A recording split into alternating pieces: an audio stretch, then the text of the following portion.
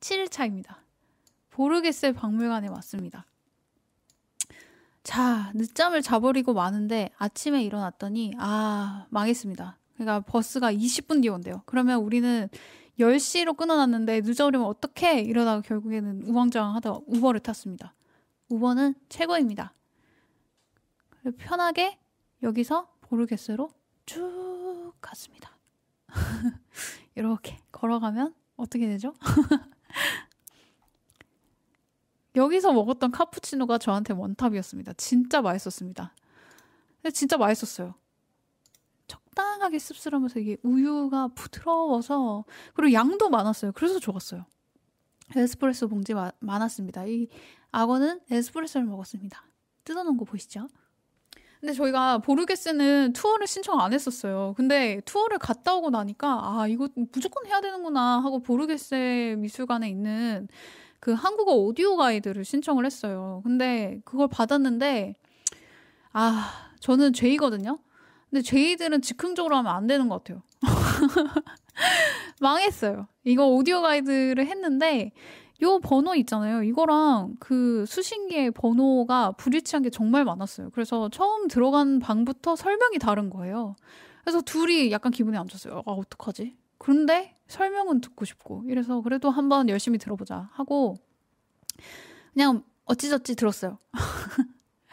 이것 좀 신경 써주세요. 아무튼 이 작품은 베르니니, 이제 앞으로 계속 베르니니가 계속 나올 거예요. 베르니니 어디 있었죠? 이 6일차에 보시면은 그 대성당에 있는 요 조각 있잖아요. 붉은색 커튼 조각. 이거 조각한 베르니니인데 이 하네스가 지하세계 신이라고 합니다. 이 하네스가 이게 페르세포네라는 여성인데요. 이 페르세포네는 제우스랑 데메테르 사이에서 나온 딸이에요. 데메테르는 누구냐? 돼지, 땅의 신이에요. 그래서 곡물이랑 땅 이런 거를 관장하는 신인데 하네스가 이 페르세포네를 엄청 짝사랑한 거예요. 그래서 얘가 얘한테 청혼을 했는데 얘는 싫은 거예요. 페르세포네는. 그래서 근데 왜 싫으냐? 데메테르가 반대했어요. 지하세계 싫어. 지하세계로 내 딸이 가는 게 싫어. 이래서 거절을 했는데 계속 청혼할 것 같으니 이제 시칠리아 섬에 그 페르세포네를 가둬놓고 숨겨서 키운 거예요. 그러다가 이제 어느 날 페르세포네가 수선화를 꺾으려고 하는데 하네스가 이걸 보고 확 납치해 간 거예요. 그래서 데메테르가 어떡해 이러면서 이제 이 사건 때문에 불면증이 막 된 거예요. 맨날 울고 막 하다 보니까 이걸 진정시키기 위해서 양귀비를 먹었다고 합니다. 돼지 신인 데메테르는 뭐 곡물이고 땅이고 뭐고 그냥 내 딸이 잡아갔는데 어떡하냐 이러면서 하다 보니까 땅들이 막 메마르고 난리가 난 거예요. 그래서 제우스 남편이 하네스한테다가 야, 내 딸 좀 데려와 이랬는데 하네스가 지하세계 음식 먹으면은 지하세계 못 벗어나요. 이렇게 한 거예요. 그래서 페르세포네한테 석류를 먹인 거예요. 이 석류가 지하세계의 음식이었다고 합니다. 그래서 제우스가 이걸 달래는 방법으로 그러면 10월엔 만나게 해주라 이렇게 한 거예요. 그래서 10월에 데메테르 그러니까 엄마랑 페르세포네 딸이 둘이 만나서 6월에 보내주겠다 한 거예요. 다음 해 6월에. 그래서 이 근처 지중해 기후 날씨가 6월부터 9월까지는 농사를 지을 수 없는 척박한 땅이라고 합니다. 실제로 기후가 그렇다고 해요.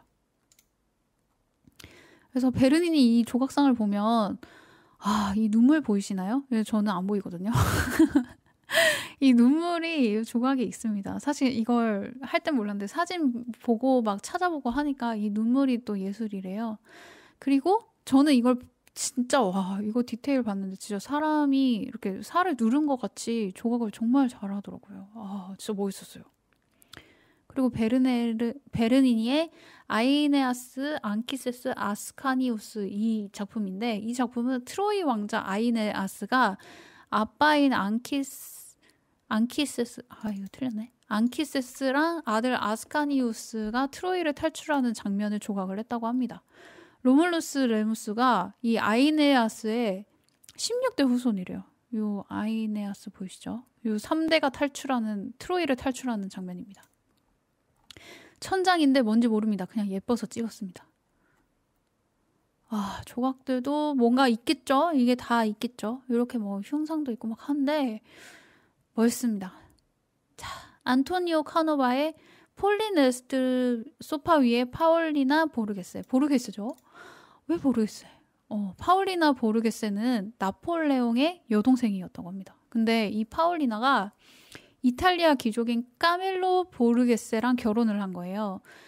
보르게세가 되게 로마의 유명한 가문이었다고 해요. 그래서 여기에 합류하게 됐는데 이제 남편인 그러니까 파울리나의 남편 까밀로 보르게세가 이 작가 안토니오 카노바한테 의뢰를 했대요.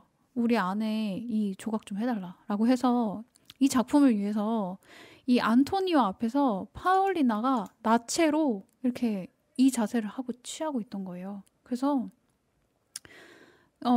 이제 논란이 인 거예요. 야, 너 진짜 벗은 거야? 막, 야, 벗었대? 막 이렇게 한 거예요. 그래서 파울리나가 뭐라 했냐?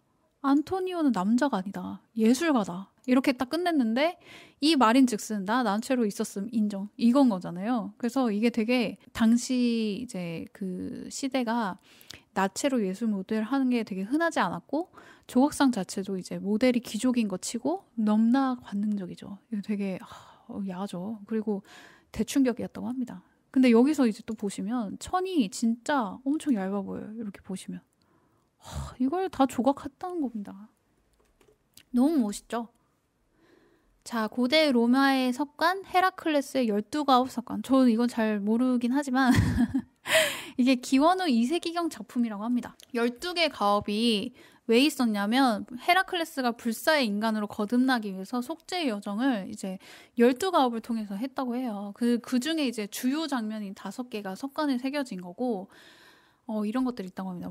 그 사자 때려 죽이고 그다음에 히드라 무찌르고 사슴 생포했고 멧돼지 제압했고 그다음에 괴조 그러니까 날카로운 깃털을 가진 괴물 생각 뭐 이런 걸 제거하는 장면들을 이렇게 새겨둔 거라고 합니다. 저는 미켈란젤로의 다비상이 정말 베르니니 미켈란젤로한테 안 되는구만 이렇게 생각했던 이유가 이 조각상을 보고 그렇게 느꼈습니다. 이 디테일이 사실 미켈란젤로를 못 따라가는 것 같았어요. 하지만 이 조각상도 디테일이 엄청나게 숨겨져 있었습니다. 미켈란젤로는 진짜 사람이 서 있는 것 같은데 물론 실제로 본 건 아니지만 근데 이 조각상은 미켈란젤로 거보다 더 역동적으로 보입니다. 이게 진짜 골리앗한테 지금 던지기 일보 직전 같지 않습니까? 이게 되게 역동적인 것 같고 미켈란젤로는 이제 사진을 정말 잘 찍은 것 같고 베르니니는 동영상을 조각으로 담아낸 것 같은 생동감이 느껴졌어요. 저한테는. 그래서 다비드 이게 골리앗한테 던지기 전에 이 담은 거 요게 진짜 이렇게 하는 그 모습이 딱 담겨져 있었고 돌이 날아갈 것 같아요. 끈도 진짜 끈 같고. 그래서 얘가 돌 던져서 골리앗을 어떻게 했느냐. 이제 머리를 자른 거죠. 이렇게 박살내버림. 그러니까 이게 그냥 보기만 해도 저는 카라바조 그림인 걸 알았어요. 왜냐 우피치 때 카라바조 그림에 너무 빠져서 찾아봤었거든요.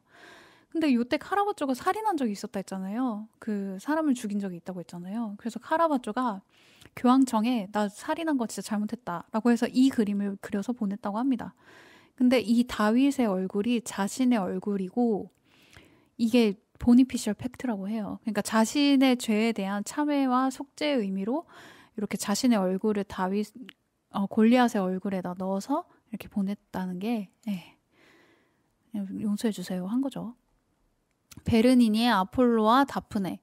아폴로가 이제 큐피드 화살로 사랑에 빠졌어요. 그래서 다프네를 이렇게 막 쫓아다녀요. 근데 이제 강의 신이었던 아버지의 페네이오스의 도움을 청한 거예요. 다프네가. 나 얘 자꾸 따라와.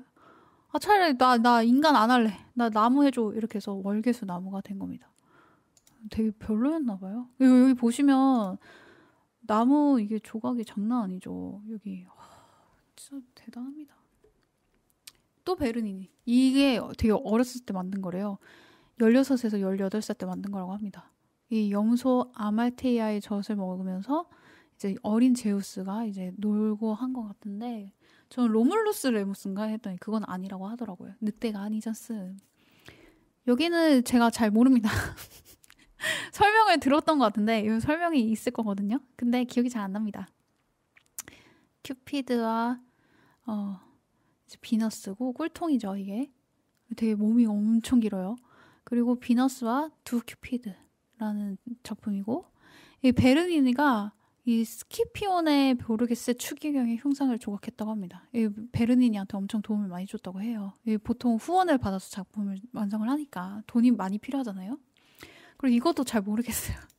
이건 잘 모르겠지만 보르게스의 가문의 흉상일 것 같고 뭐 후원해준 작가의 초상화인 건지 아니면 보르게스의 가문일 수도 있죠.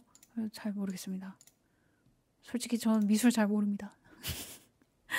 자, 이거는 티치아노 베첼리오의 성스러운 사랑과 속세의 사랑이라는 작품이고 이 제목처럼 이 성스러운 사랑과 속세의 사랑 이렇게 두 개를 표현을 한 거래요. 그래서 왼쪽 여성은 옷을 입고 있다 이런 의미에서 속세적인 인간을 의미하고 오른쪽 여성은 이제 누드잖아요. 지금 나트잖아요. 이게 성스러운 신성함 이런 거를 의미하고요.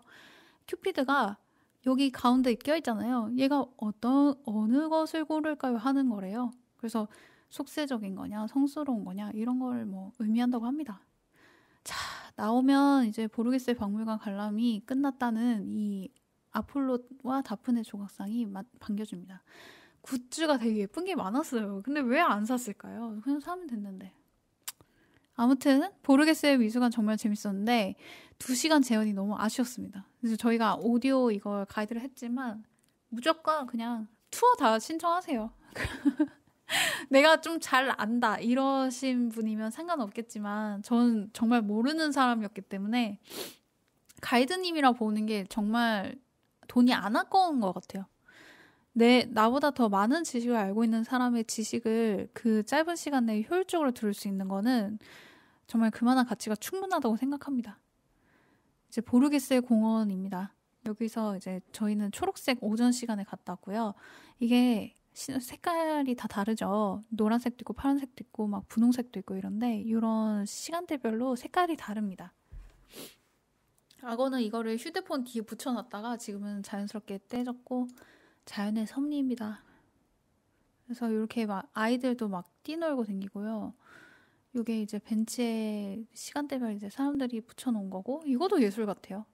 그리고 여기 지금 이 트럼펫 보이시죠? 이분이 메리 홉킨의 Those Were the Days 이걸 연주를 하셨어요. 그래서 제가 이 공원을 막 이렇게 지나다니는데 이 노래가 나오는 거예요. 와 진짜 이태리병 안 걸릴 수가 있나? 그래 이제 보르게스 공원 지나서 이제 포폴로 광장 쪽으로 가는데 빅터 휴고 이렇게 써 있는 거예요. 그래 뭐지? 이랬는데 레미제라블이랑 노트르담 드 파리가 대표작인 그 작가인데 이 프랑스 사람이에요. 문화교류 프로젝트 일환으로 제작됐다고 합니다. 나 프랑스 너의 작가도 이제 중요하다 이렇게 세워준 거예요. 기념비로. 포폴로 광장입니다. 이제 이 중에 제가 눈에 띄었던 건 요 삼성 갤럭시입니다.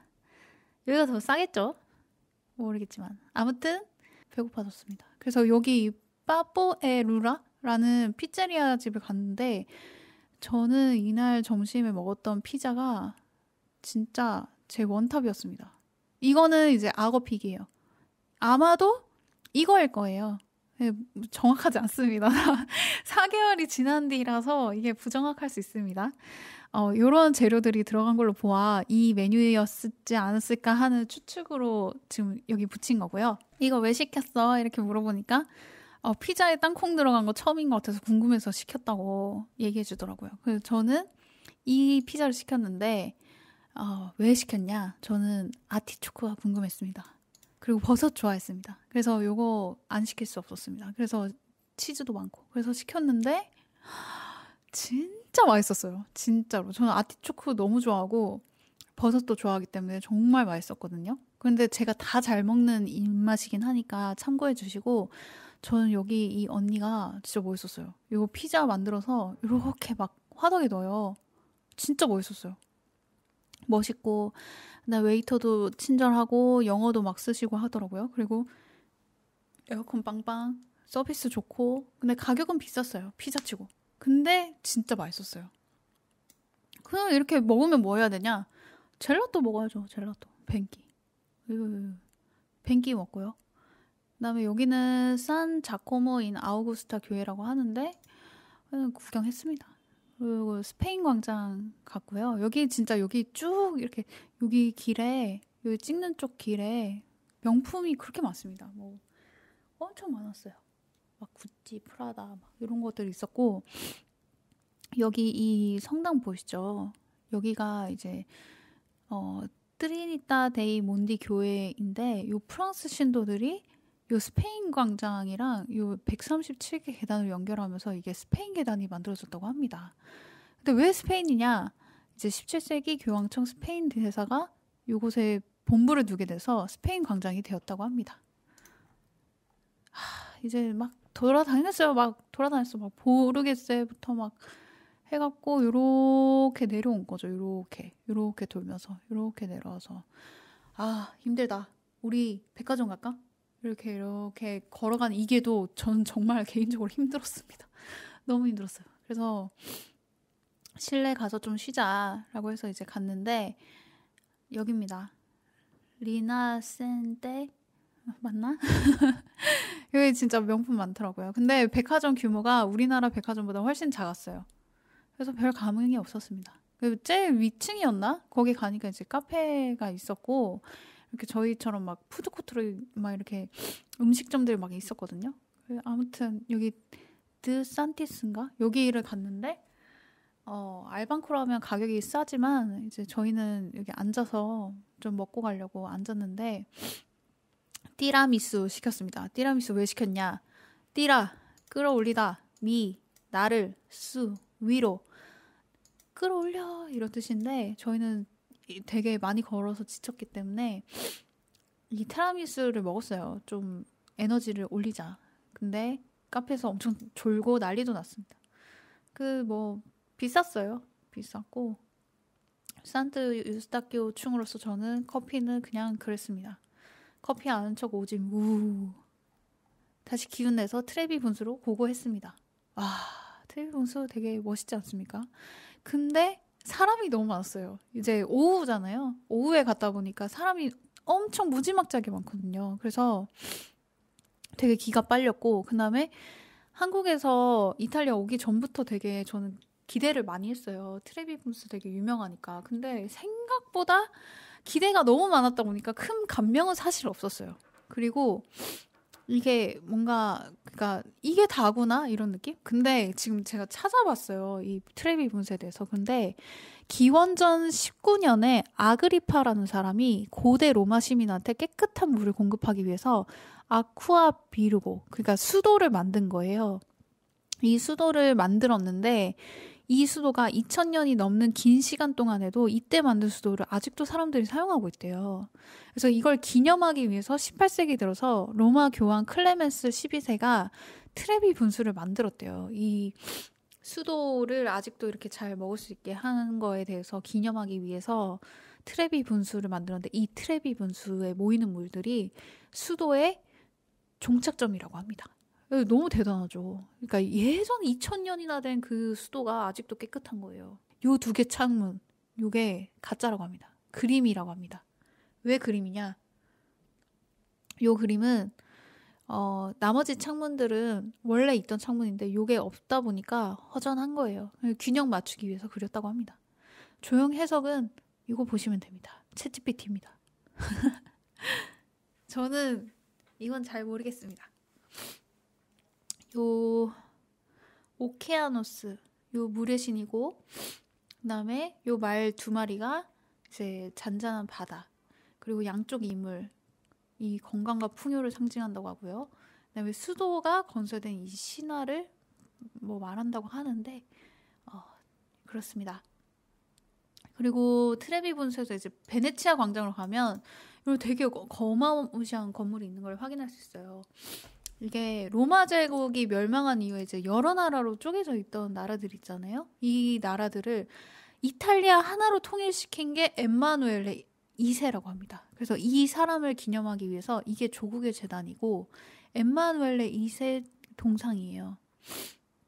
이 사람을 기념하기 위해서 세운 기념관이라고 합니다. 결국에는 힘들었어요. 이날도. 이날 유난히 보르게세에서 이렇게 이걸 다 요때는 택시 타고 갔지만 요때부터 이제 걸어 내려온 거거든요. 돌아다니면 이렇게 하다가 힘들었어요. 그래서 결국에는 와인을 사고 집으로 갑니다. 또 와인 벌컥벌컥 해야 되거든요. 이건 무조건 해야 되는 거거든요. 가격 보시면 진짜 착해요. 6유로, 막 4.9유로, 5유로, 3.65유로. 진짜 싼 거예요. 막 5, 6천 원 하는 거거든요, 와인이. 그리고 참고로 와인이 이제 등급이 있어요. DOCG, DOC, IGT, VDT 이렇게 와인의 등급이 있는데 이 DOCG 이게 가장 고급 와인입니다. 이거는 그 다음 고급 와인. 이거는 중급 와인. 이거는 식탁용 와인, 일반 와인입니다. 이 DOCG가 뭐냐면 이 DOC 와인 있잖아요. 요 와인은 고급 와인인데 요게 지정된 지역에서 재배된 포도로만 만들어야 되는 그런 규제를 받는 와인이고 품종, 수확량, 양조법, 숙성기간 이런 것들이 규정으로 통제가 되는 그런 그 등급의 와인인데 이 중에서도 더 우수한 품질과 전통을 인정받는 소수의 와인만 DOCG를 받을 수 있다고 합니다. 그래서 우리가 와인을 먹을 때 이왕이면 국가에서 보증해주는 그런 고급 와인 먹는 게 좋잖아요. 그래서 요 등급은 알고 가시는 게 좋을 것 같습니다. DOCG, DOC. 그래서 라술파 갔어요. 그래서 포장해서 숙소에서 와인이랑 파스타 이렇게 먹었습니다. 맨날 와인 먹었어요. 아깝다고.